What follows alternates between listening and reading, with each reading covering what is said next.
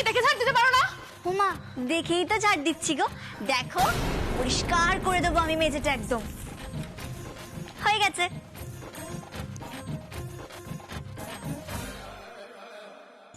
নাও, এবার বলো দেখি আর কি করতে হবে। করতে তো অনেক কিছুই হবে, মানে খুশি যা যা করতে আর কি। ও, আরে বাবা, তুমি বলেই দেখো না, অপু কিন্তু সব কাজ করতে পারে। এই জানো তো, অপু তোমায় রিহার্সালও করে দিতে পারে। না না, এই চালাকিটা আমার সাথে করতে যেও না। তুমি আমাকে রিহার্সাল করানোর নাম করে আমার নাচের সব স্টেপগুলো শিখে নেবে, আর ওখানে তোমার আদরের বড় বৌদিকে গিয়ে শিখিয়ে দেবে, তাই তো? না না, তাই নয় গো। তাই আমি তোমার চালাকি ধরে ফেলেছি।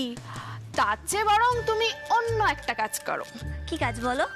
কি আর বলবো, একটু পরে তো রিহার্সাল করবো, তাই না? আমার হাঁটুটা খুব কামড়াচ্ছে জানো তো। রোজ রোজ ঠিক এই সময় আমার হাঁটুটা খুব কামড়ায়। ও, তাই নাকি? হ্যাঁ, আর খুশি এসে আমার হাঁটুটা টিপে দেয় জানো। তা বলছি যে রোজ তোমার এই সময় ঘড়ি ধরে পাটা কামড়ায়? আচ্ছা, তা তোমার পা না পেট যে ঘুম থেকে উঠেই কামড়ায় আর ছোট্ট বাথরুম যেতে হয়? আই অপু, তুমি আমার পা টিপে দেবে না? খুশিকে ডাকবো। খুশি, আই খুশি। আরে বাবা, তুমি তো আমার ভালো মেজো বৌদি, বলো আমি না তোমার বোনের মতো? যদিও তুমি আমাকে নিজের বোন বলে মনে করো না, তবু দেখো না, এখন যদি দিদি ভাই আমাকে বলতো পাটা একটু টিপে দিবি, আমি তো দিতাম। তাই তোমারও পা টিপে দেবো। বসো বসো, এখানে বসো দেখি তো। বসো বসো।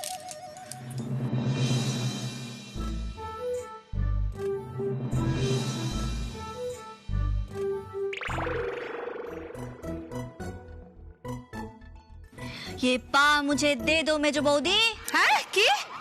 মানে পাটা দাও, টিপে দি, সেই আর কি। দেখি।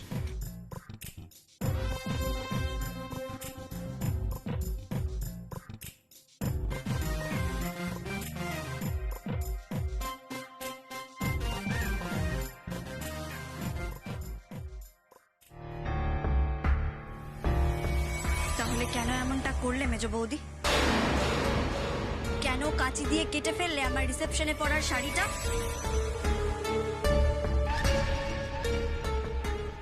তোমাদের সবাইকে যে চ্যালেঞ্জ নিতে হবে, বড় বৌদি তোমাকেও কিন্তু চ্যালেঞ্জ নিতে হবে। ও চ্যালেঞ্জ নেবে? তো কার সাথে চ্যালেঞ্জটা নেবে শুনি? যার সাথেই নিক, ও যদি আমার সাথে চ্যালেঞ্জটা নেয় না, তাহলে একেবারে হেরে ভূত হয়ে যাবে। হ্যাঁ, তাহলে চ্যালেঞ্জটা না হয় তোমার সঙ্গেই নিল, ঠিক আছে তো? বড় বৌদি, চোখ বোঝো, বুক ভরে শ্বাস নাও, আর মা সরস্বতীর নাম করে নাচটা শুরু করে দাও। তোমাকে পারতেই হবে বড় বৌদি। তোমার না মেজো বৌদির সাথে চ্যালেঞ্জ হয়েছে?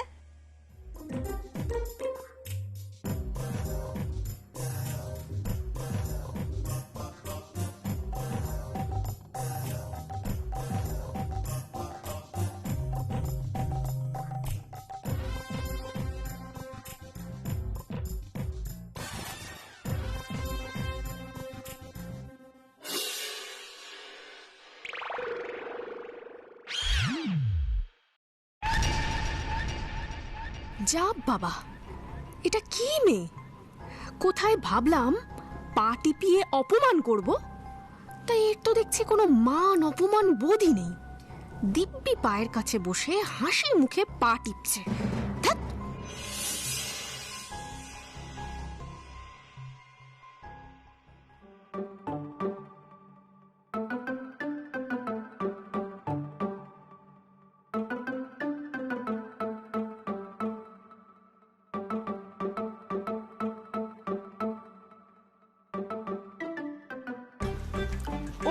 ওইখানটা।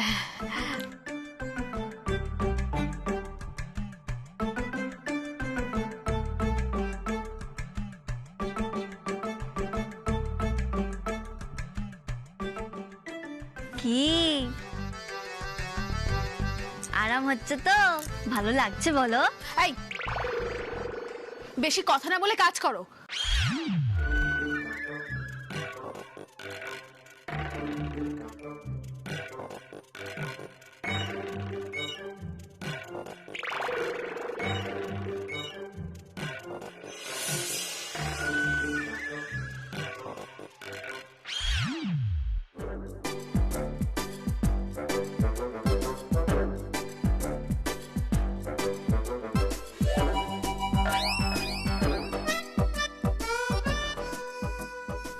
এই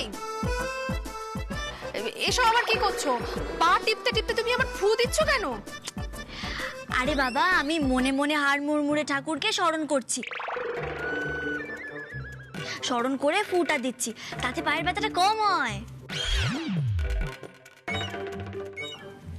আমি একবার আমাদের গ্রামের এক বদ্যি বুড়োর কাছ থেকে এই মন্ত্রটা শিখেছিলাম। কে কে বদ্যি বুড়ো? এসে আছে একজন আমাদের গ্রামের, সব শিখেছিলাম তার কাছ থেকে। এরকম ভাবে করলেই পা ব্যথা কমে যায়, নয়তো পা ব্যথা বেড়েও যেতে পারে। কি?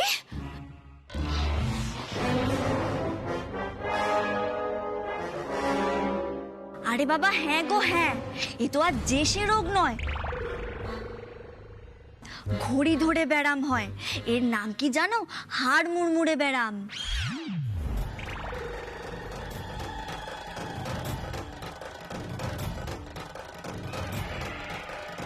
এই রোগ কিন্তু সহজে সারে না গো। আমাদের গ্রামের পরিপিসি, ওনার এই রোগটা একবার হয়েছিল। তারপর জানো তো কি হয়েছিল?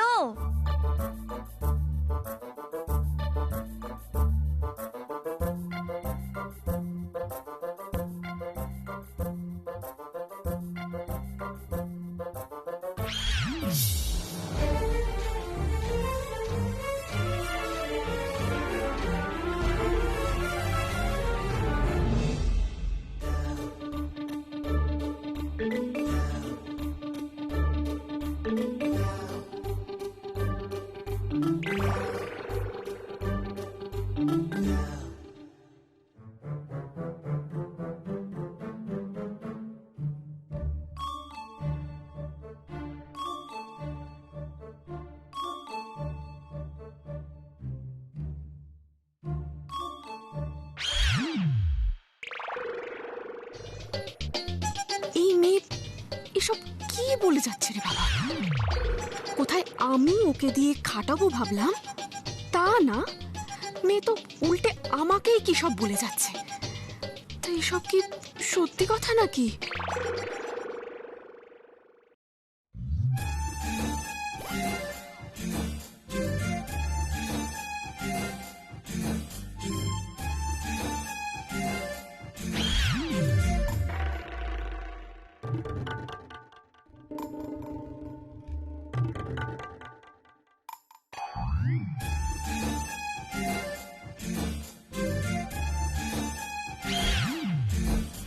তুমি তো আমার ভালো মেজো বৌদি। তা আমায় একটা কথা বলো তো, তুমি আমার বউ ভাতের শাড়িটা অমন করে কাচি দিয়ে কেন কাটলে?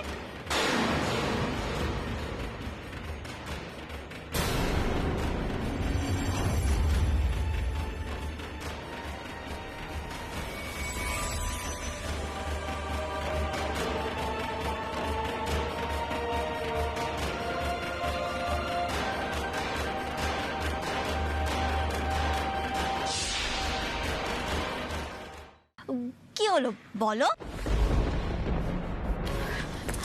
আরে বাবা উঠে গেলে কেন? ভয় পেও না, তুমি শাড়িটা কেটে দিয়েছো, তাতে কি হয়েছে? আমি কি আর আন্টিমানের কাছে গিয়ে নালিশ করেছি তোমার নামে, বলো? ও মা মেজো বৌদি, চাপ নিও না। আরে বাবা কথায় বলে না, অন্যায়ের সাথে লড়তে হয়, অন্যায়কারীর সাথে নয়। তো তুমি ভয় পেও না। আসলে আমার একটু জানতে ইচ্ছে করলো যে তুমি এরকম একটা কাজ কেন করলে। তুমি যাও তো, যাও এখান থেকে, আমার আর পা টিপে দিতে হবে না, যাও। আহা তুমি রাগ করছো কেন? দেখি এখানে বসো, আমি পা টিপে দিচ্ছি। না, পা টিপে দিতে হবে না, তুমি যাও। সে কি চলে যাব? এই যে তুমি বললে খুশি যা যা কাজ করে আমার ঘরে গিয়েও সেই সেই কাজগুলো তোমায় করতে হবে, তাহলে এই যে চলে যেতে বলছো, আমি তোমার জন্য একটু চা করে এনে দিই। তবে কি জানো তো, আমার মা বলে আমার বানানো চা নাকি একটু তেতো হয়। তবে তোমার যদি চাটা একটু তেতো হয়ে যায় তাহলে অসুবিধে নেই। ওই যে কথায় আছে না, বিষে বিষে বিষক্ষয়। এই তুমি যাবে এখান থেকে? চলে যাব? তোমার রিহার্সালটা না দেখে আমি চলে যাব? আরে বাবা পরে যদি বড় বৌদি তোমায় গোল দিয়ে দেয় তখন? না মানে তুমি যদি কম্পিটিশনে বড় বৌদির কাছে হেরে যাও তখন কি হবে বলো তো? আমি হেরে যাব? আমি কার কাছে হারবো? না তোমার ওই গাইয়া বড় বৌদির কাছে? অত সহজ নয় অপু, আমাকে হারানো অত সহজ নয়। আমি কি আর কম বড় খেলোয়াড়? হ্যাঁ। এই চুপ! আমি অন্য কারোর সামনে আগে থেকে নাচ দেখাই না। ও আচ্ছা বেশ, তোমার নাচটা আমি কম্পিটিশনের দিনই দেখে নেব। তুমি না হয় স্টেজেই পারফর্মটা করো। তবে কি জানো তো, স্টেজে একেবারে গিয়ে পারফর্ম করার থেকে না একটু প্র্যাকটিস করে নিলে ভালো হয়। প্রতিযোগীকে কখনো কম ভাবতে নেই। তা তুমি ওই গল্পটা পড়োনি, কচ্ছপ আর খরগোশের? এই তোমাকে আমি তখন থেকে বলছি না যেতে যাও। সে কি, সবে তো এলাম। জানো তো আমি ঠিক করেছি এবার থেকে প্রত্যেক দিন এই সময় এসে তোমার ঘরে সব কাজ করে দিয়ে যাবো। রক্ষে করো আমাকে মা, রক্ষে করো আমাকে, আর কিচ্ছু করে দিতে হবে না, তুমি দয়া করে যাও। হাত জোর করো না গো, ভয় পেও না, ভয় পেও না, তোমায় আমি মারবো না। সত্যি বলছি আন্টিমানের কাছে তোমার নামে নালিশ আমি করব না। তুমি যাবে?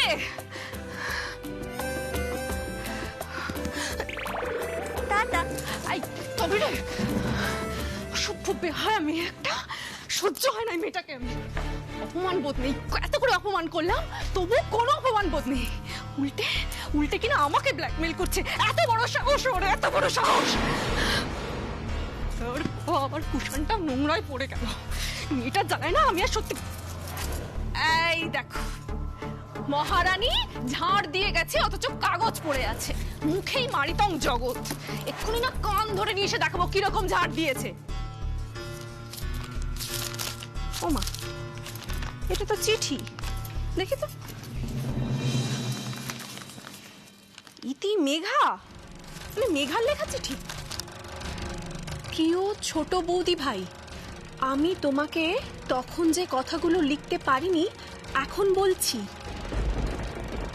আমি যে ভালোবেসে ঠকে গেছি। আমি একজন মানুষরূপী শয়তানকে ভালোবেসে ফেলেছিলাম। ঠিক ঠিক যেমন ভাবে আর 5টা মেয়ে ভালোবাসে, নিজের সর্বস্ব সমর্পণ করে ভালোবাসে, আমিও ঠিক সেইভাবে রাহুলকে ভালোবেসেছি। কিন্তু রাহুল আমাকে ঠকিয়েছে। আমার ভালোবাসার মুহূর্তগুলো খেয়েও ক্যামেরা বন্দি করে রেখেছে, আর এখন সেই ছবিগুলোকে কদর্যভাবে বিকৃত করে আমাকে ভয় দেখাচ্ছে, ব্ল্যাকমেল করছে। বাড়ির গয়নাগুলো চুরি করে ওকে দিয়ে এসেছে। তাও তাও রাহুল আমার কাছ থেকে আরো টাকা চাইছে, না দিলে ও আমাকে বদনাম করে দেবে বলেছে। আমি আর বাঁচতে চাই না গো, আমি নিজেকে শেষ করে ফেলেছি। তোমরা আমাকে ক্ষমা করো। ইতি, মেঘা।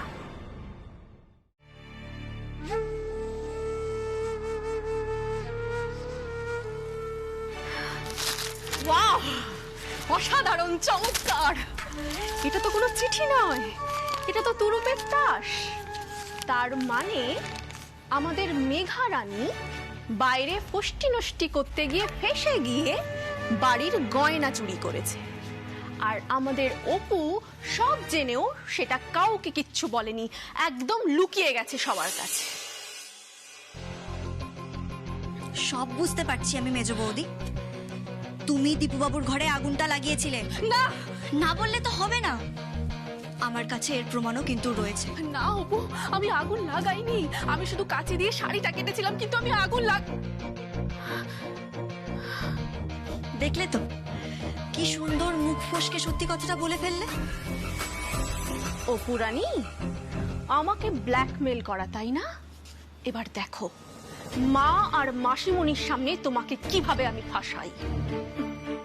অবলা মুখার্জি, মানে আমাদের দ্য গ্রেট শাশুড়ি মা, সবার সামনে কেমন করে তোমাকে বাড়ি থেকে ধাক্কা দিয়ে বের করে দেয় সেটা এবার দেখবে।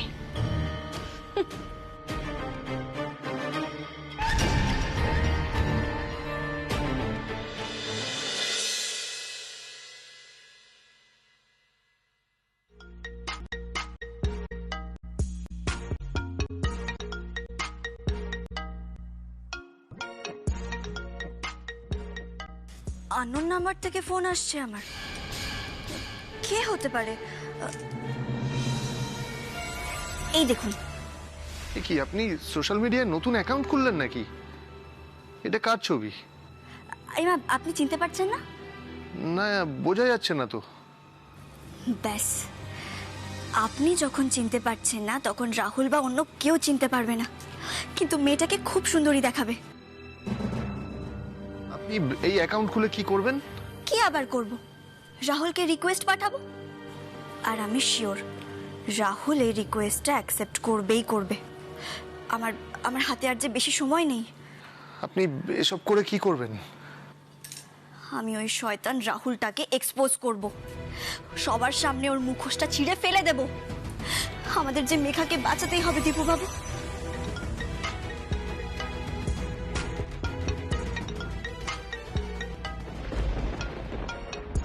রাহুল নয় তো?